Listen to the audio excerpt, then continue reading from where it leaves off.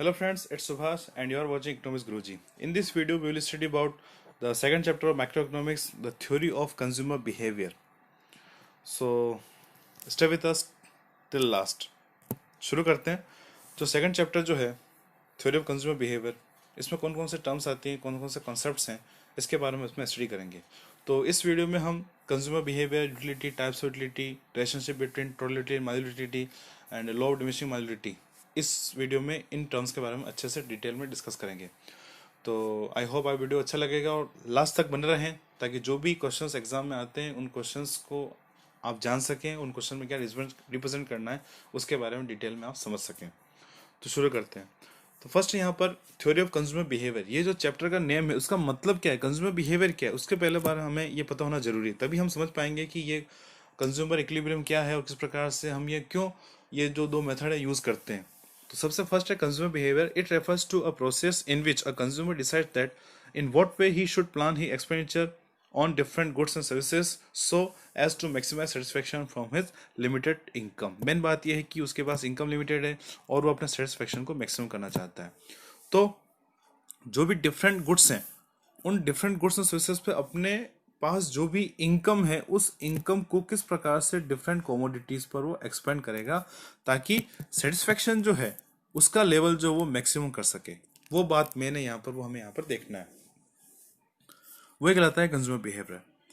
अब पूरे consumer behaviour को जब स्टडी करते हैं तो एक एजम्पशन हम जरूर लेते हैं कि कंज्यूमर सिर्फ दो कमोडिटी को ही कंज्यूम कर रहा है। Consumer consumes only two goods, good one and good two. General में देखें तो कंज्यूमर बहुत सारी गुड्स एंड सर्विस को कंज्यूम करता है, मगर हम सबको एक साथ लेंगे तो पॉसिबल नहीं है कंज्यूमर इक्विलिब्रियम फाइंड करना। तो सिंपली हम ये ले रहे हैं कि consumer consumes only two goods, good one and good two. ये हम एजम्पशन जरूर लेते हैं। अब यह है कि कंज्यूमर कौन है, बहुत से एग्जाम पूछा जाता है, what do mean by consumer. The consumer is an economic agent who uses goods and services for satisfaction. मतलब हम इसको यहाँ पर इकोनॉमिक एजेंट मानते हैं। Consumer is also economic agent who takes decision about the expenditure of is income. मतलब उसकी income को कहाँ वो खर्च कर रहा है तो इसलिए रिलेटेड वो डिसीजन लेता है, इसलिए उसको इकोनॉमिक एजेंट कहते हैं। और वो इकोनॉमिक एजेंट है जो गुड्स एंड सर्विस को कंज्यूम करता है उसके सेटिस्फेक्शन को मैक्सिमम करने के लिए या सेटिस्फेक्शन को गेन करने के लिए। नेक्स्ट है अब यहाँ पर अब हमें कंज्यूमर इक्विलिब्रियम से रिलेटेड जो कॉन्सेप्ट्स है कार्डिनल ऑर्डिनल अप्रोच, इन दोनों के बारे में अच्छे से पढ़ना होगा।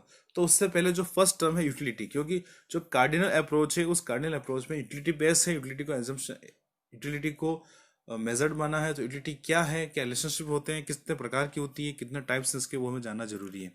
तो सबसे पहला है यहाँ पर कॉन्सेप्ट ऑफ यूटिलिटी। तो utility is the quantity of satisfaction earned from a good और a service by a person. मतलब कोई भी कंज्यूमर किसी क्वांटिटी कंज्यूम कर रहा है, उस क्वांटिटी से जितना भी सेटिस्फेक्शन मिला है, जितना भी टोटल वो सेटिस्फेक्शन गेन कर रहा है, उसको हम यहाँ पर कहते हैं यूटिलिटी, उसकी उपयोगिता। जैसे कि पंखे की उपयोगिता है वो हवा देना, उसकी यूटिलिटी है हवा देना। एसी की जो यूटिलिटी है वो ठंडी हवा देना। कूलर है वो भी ठंडी हवा देता है। और उसी प्रकार से कार की यूटिलिटी है, हमें कहीं पर ट्रांसपोर्ट व्हीकल के रूप में यूज़ करते हैं। तो डिफरेंट कमोडिटी की अलग अलग यूटिलिटी होती है और डिफरेंट कमोडिटीज की यूटिलिटी के अकॉर्डिंग हम उसकी डिमांड बढ़ाते हैं। अब मार्शल ने जो है, प्रोफेसर मार्शल ने यूटिलिटी को मेजरेबल माना है, यानी हम यूटिलिटी को मेजर कर सकते हैं। ये सेकंड डेफिनेशन भी दे रखी है यहाँ पर, आप चाहें तो इसको आप लिख सकते हैं एग्जाम में, आपको जो अच्छी लगे डेफिनेशन आप एग्जाम में दे सकते हैं। चलिए बोलते हैं want satisfying power of a good is called utility. मतलब किसी भी कमोडिटी में वो पावर जो कि अपनी नीड को सेटिस्फाई करती है उसको हम कहते हैं यूटिलिटी। अब प्रोफेसर मार्शल ने कार्डिनल व्यू पॉइंट दिया है और उस कार्डिनल व्यू पॉइंट में यूटिलिटी को मेजरेबल माना है। मतलब यह है कि हम यूटिलिटी को मेजर कर सकते हैं। और उन्होंने ये भी माना है कि यूटिलिटी को जो है हम 1, 2, 3, 4 अलग नंबर में दे सकते हैं ताकि हम दो अलग यूटिलिटी को कंपेयर कर सकें। और यूटिलिटी का जो बेस है वो यूटिलिटी का बेस है उस कमोडिटी की प्राइस। मार्शल ने उसकी क्वांटिटी की प्राइस को उस यूटिलिटी का बेस माना है। मतलब ये है कि किसी क्वांटिटी के लिए हम अगर ज़्यादा पे कर रहे हैं, उसकी प्राइस ज़्यादा है, तो चाहे उस क्वांटिटी की यूटिलिटी भी ज़्यादा होगी। और अगर उसकी क्वांटिटी की प्राइस थोड़ी कम है तो चाहे उस क्वांटिटी की यूटिलिटी हम यहाँ पर थोड़ी कम मानते हैं। ये मार्शल ने यहाँ पर रिप्रेजेंट किया है। तो यूटिलिटी को हम टू पार्ट में डिवाइड करके स्टडी करते हैं। जनरली आपने देखा होगा, पढ़ा होगा अपनी बुक्स में, total utility and marginal utility. First है यहाँ पर टोटल यूटिलिटी। हम किसी क्वांटिटी का कंजप्शन कर रहे हैं जैसे कि हमने कोई 5 क्वांटिटी यहाँ पर कंज्यूम की, तो जाहिर है पहली क्वांटिटी से हमें यूटिलिटी मिली 5, सेकंड हमने कंज्यूम की तो हमारा टोटल सेटिस्फेक्शन था वो हो गया यहाँ पर 15, थर्ड को कंज्यूम किया तो टोटल सेटिस्फेक्शन हो गया 30, फिर उसके हमने फोर्थ को कंज्यूम किया तो टोटल सेटिस्फेक्शन हो गया यहाँ पर 40। तो जैसे जैसे हम क्वांटिटी कंजप्शन इंक्रीज कर रहे हैं, सेकेंड, थर्ड, फोर्थ, जैसे जैसे क्वांटिटी कंजप्शन इंक्रीज कर रहे हैं, तो जो सेटिस्फेक्शन लेवल जो है वो टोटल लगातार बढ़ता आ रहा है, तो ये कहलाती है टोटल यूटिलिटी। तो total utility according to Mayer's, total utility is the sum of marginal utility obtained from the consumption of different units of a commodity, or it is the sum total of utility derived from the consumption of all the units of the commodity। मतलब जितनी भी quantity हमने consume की उस सब quantity से कितना total satisfaction मिल रहा है उसको हम कहते हैं टोटल यूटिलिटी। इसको हम एग्जांपल समझ सकते हैं।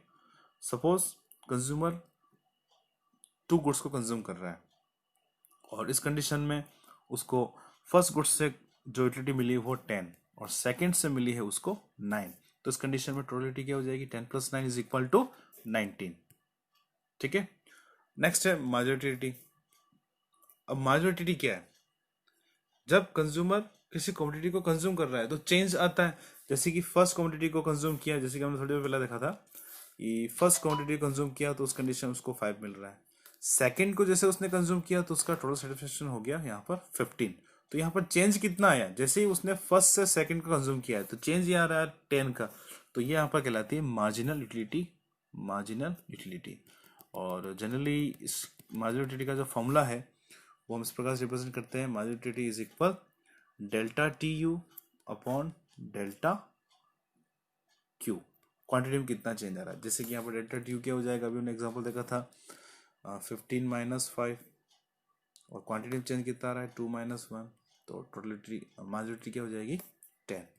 और इसका नेक्स्ट जो अगला जो फॉर्मूला है, दूसरा जो फॉर्मूला जनरली यूज करते हैं एग्जाम में वो है MUN is equal TUN minus TUN-1।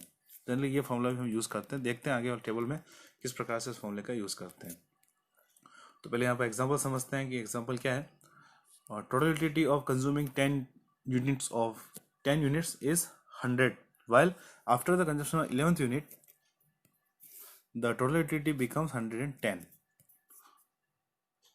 10 utils, ध्यान रखें यूटिल वर्ड क्या है ये भी हमको बता देता हूँ।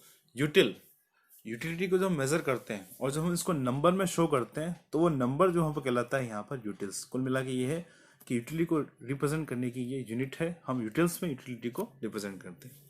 तो यहाँ पर एग्जांपल देख रहे हैं कि जब वो 10 यूनिट्स को कंज्यूम कर रहा है तो उससे मिलने वाली टोटल यूटिलिटी है उसको 100, और जब वो 11th को कंज्यूम करता है तो उस कंडीशन में टोटल यूटिलिटी होती है 110। तो इसमें चेंज कितना है यहाँ 10 का, तो यहाँ पर मार्जिनल यूटिलिटी हो जाएगी टोटल 10। तो इस प्रकार से हम दोनों ही टोटल यूटिलिटी और मार्जिनल यूटिलिटी दोनों को शो कर सकते हैं। ये टेबल यहाँ पर दोनों की रिलेशनशिप को शो कर रही है। टोटलिटी है, जैसे जैसे किसी क्वांटिटी कंजप्शन में यहाँ पर बढ़ता जा रहा है तो जाहिर है टोटलिटी भी यहाँ पर इंक्रीज हो रही है, मगर एक स्पेसिफिक पैटर्न में बढ़ती है। पहले ये बढ़ती है, फिर कांस्टेंट हो जाती है, फिर वापस से घटने लग जाती है। ये पैटर्न क्यों होता है हम आगे इसके इसमें स्टडी करेंगे। और मार्जिनलिटी देख सकते हैं, फर्स्ट पर ये 5 है, अब सेकंड को जैसे कंज्यूम किया तो चेंज कितना है 10 का, इसलिए 10 यहाँ पर सेकंड की मार्जिनलिटी।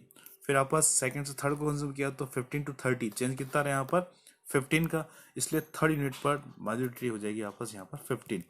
इस प्रकार से नेक्स्ट 5th से 6 पर गया तो चेंज कितना आ रहा है 0, इसलिए 6th यूनिट की जो मार्जिनलिटी है वो यहाँ पर 0। और अगर हम इन दोनों को ही एक ग्राफ में शो करें, डायग्राम में शो करें, तो इस प्रकार का रिलेशनशिप हमें जनरली देखने को मिलता है। और दोनों के रिलेशनशिप को भी शो करता है कि what are the relationship between totality and marginality. तो हम इस प्रकार से डायग्राम को शो कर सकते हैं। First relationship is when total utility increases at increasing rate. देख सकते हैं आप टोटल यूटिलिटी जो है वो यहाँ पर बढ़ती हुई रेट से बढ़ रही है, तो उस कंडीशन में मार्जिनलिटी हमेशा इंक्रीज होती है। First relationship is when total utility increases at increasing rate, marginality increases, लगातार ये बढ़ती है। Second, when total utility increases at diminishing rate, rate जो थोड़ी सी चेंज होती है, पहले क्या था एरो ये इस प्रकार से था, अब एरो का शेप यहाँ पर चेंज हो गया। तो इस कंडीशन में मार्जिनलिटी जो होती है हमेशा डिमिनिशिंग ट्रेंड में होती है पर हमेशा पॉजिटिव रहती है। तो second relationship is when total utility increases at diminishing rate, marginal utility diminishes but remain positive. ये second relationship है. Third, when total utility reach maximum, when totality will be maximum, marginal utility is zero. इस condition में marginal utility जो होगी हमेशा वो zero ही होगी, ध्यान रखना. And when total utility diminishes, marginal utility will be negative. यहाँ पर देख सक रहे हैं कि जब कंज्यूमर जो है वो 6 के बाद 7 यूनिट का कंजम्पशन करता है तो उस कंडीशन में टोटलिटी डिमिनिशिंग ट्रेंड में आ जाती है, घटने लग जाती है, और माइनॉरिटी जो है वो नेगेटिव ट्रेंड में चली जाती है. और एक रिलेशनशिप और, व्हेन, ये जो पॉइंट है, when total utility change its shape, it means when total utility starts increasing at diminishing rate from increasing rate, यानी वो बढ़ती हुई रेट से बढ़ने के बजाय घटती हुई रेट से बढ़ना शुरू करती है, तो उस कंडीशन में मार्जिनल यूटिलिटी हमेशा मैक्सिमम होती है. यानी इस पॉइंट तक मार्जिनल यूटिलिटी बढ़ेगी और उसके बाद ये घटने लगेगी. मतलब जब टोटल यूटिलिटी इंक्रीजिंग ट्रेंड में होगी तो मार्जिनल यूटिलिटी बढ़ेगी, और जब टोटल यूटिलिटी डिमिनिशिंग ट्रेंड लेते हुए बढ़ती है तो उस कंडीशन में मार्जिनल यूटिलिटी डिमिनिशिंग ट्रेंड में होगी. तो ये है रिलेशनशिप टोटल यूटिलिटी और मार्जिनल यूटिलिटी. ये आप वीडियो को पॉज करते हैं, रिलेशनशिप को आपको लिख भी सकते हैं. नेक्स्ट आगे बढ़ते हैं. इससे इंपॉर्टेंट जो लॉ है, जनरल एग्जाम पूछा जाता है, लॉ ऑफ डिमिनिशिंग मार्जिनलिटी. ये लॉ ऑफ डिमिनिशिंग मार्जिनलिटी क्या है, इसके बारे में थोड़ा हम डिटेल में स्टडी करेंगे.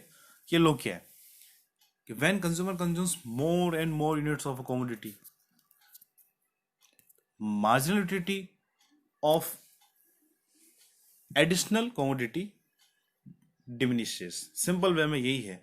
उसको डेफिनेशन हम देखें तो it states that as more and more units of commodity are consumed, marginal utility decreases. In other words, marginal utility tends to decline as consumption of the commodity increases. According to this law, when we increase the units of a commodity, the marginal utility starts to decrease. In the initial stage, marginal utility may be increased, but after a certain point, it will definitely decrease. अभी हमने relationship वाले example diagram में देखा था कि minority हो सकता है पहले बढ़े, फिर वो घटती जरूर है. यानी ये वाला ट्रेंड जो हमें देखने को जरूर मिलता है. इसलिए ये लॉ बना है, लॉ ऑफ डिमिनिशिंग माइनॉरिटी. अब इसकी कुछ एजम्पशंस हैं. एजम्पशंस को हम थोड़ा बाद में थोड़ा डिस्कस करें. इससे पहले थोड़ा डायग्राम को, टेबल को हम ले लें कि जैसे जैसे कंज्यूमर क्वांटिटी कंज्यूम कर रहा है 7 तक कंज्यूम की, तो माइनॉरिटी पहले इंक्रीज हुई, फिर उस कंडीशन मैक्सिमम होने के बाद फिर वो डिमिनिशिंग ट्रेंड में चली गई, और जीरो होने के बाद नेगेटिव भी हो जाती है. उसको हम डायग्राम से देख सकते हैं. ये डायग्राम दे रखा है इसमें कि जब कंज्यूमर किसी क्वांटिटी को लगातार कंज्यूम करता है तो जनरली क्या होता है कि इनिशियल स्टेज में माइनॉरिटी बढ़ती है, और फिर जब उसको सेटिस्फेक्शन मिलने लगता है या वो सब सेटिस्फाई होने लगता है तो उस कंडीशन माइनॉरिटी मैक्सिमम हो जाएगी. और उसके बाद अगर वो कंजप्शन करता है तो फिर अगले यूनिट से मिलने वाली यूटिलिटी पहले से कम हो जाती है, और 6 यूनिट ये शो कर रही है कि यहाँ पर जो है कंज्यूमर फुली सेटिस्फाइड हो चुका है. Consumer is fully satisfied.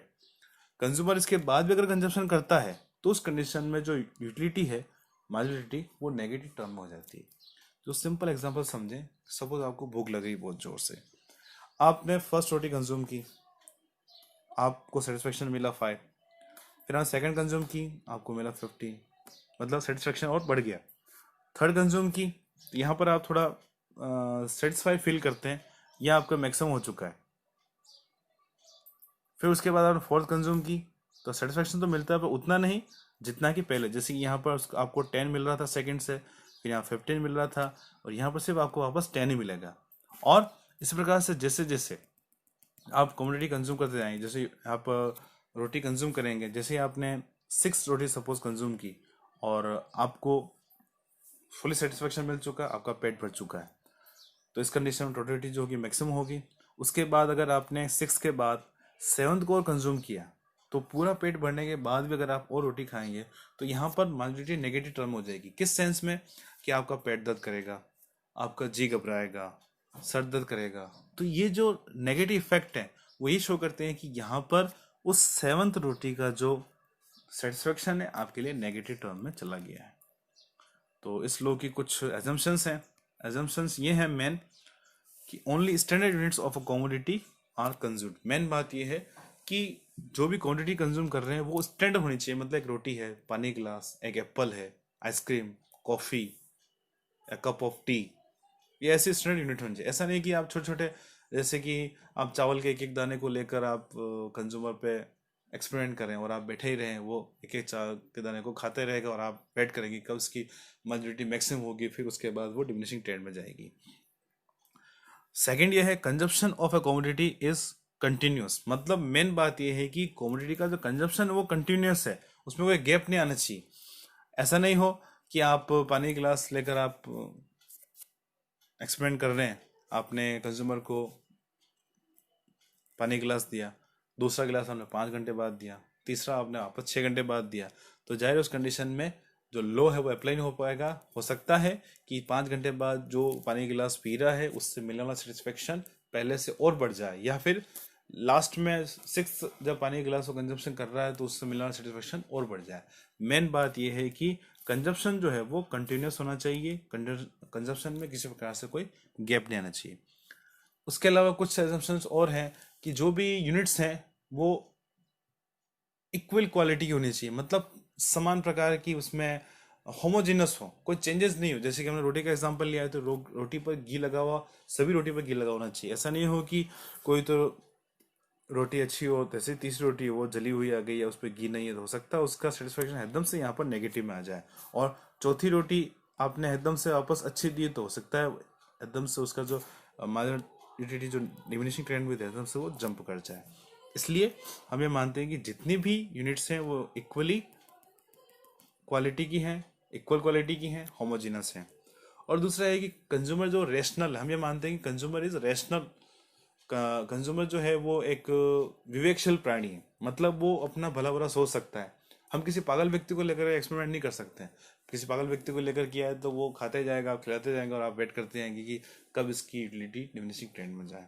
तो सिंपल वे में, जनरल वे में जो लो है वो एग्जाम जनरली पूछा जाता है। और ध्यान रखिएगा, अच्छे से आप स्लो को समझिएगा। अगर आपको समझ में नहीं आए तो 2 या 3 बार देखिए इस वीडियो को अच्छे से। मुझे पूरी आशा है आप अच्छे से इसके बारे में समझ पाएंगे। आगे आने वाले वीडियो में हम कार्डिनल अप्रोच जो है उसके बारे में डिटेल में स्टडी करेंगे और फिर उसके बाद हम ऑर्डिनल अप्रोच को लेंगे। तो इकोनॉमिक्स गुरुजी के साथ बने रहिए। आई होप आपको वीडियो अच्छा लगा होगा। अगर अच्छा लगा है तो उसको लाइक जरूर करिए। पॉजिटिव कमेंट माइंड में है तो कमेंट करिए। और आपको लगता है कि ये वीडियोस आपके फ्रेंड्स के लिए भी बहुत इंपॉर्टेंट है तो उसको शेयर जरूर करिए। और नए नए वीडियोस के लिए इस चैनल को सब्सक्राइब जरूर करिए। सब्सक्राइब जो है उसको सब्सक्राइब करिए, उसके बाद जो बेल आइकन उसको ऑन कर दीजिए ताकि जो भी नए वीडियो का नोटिफिकेशन आपको जल्दी से मिल जाए और आप नए वीडियो तक जल्दी से पहुंच जाएं।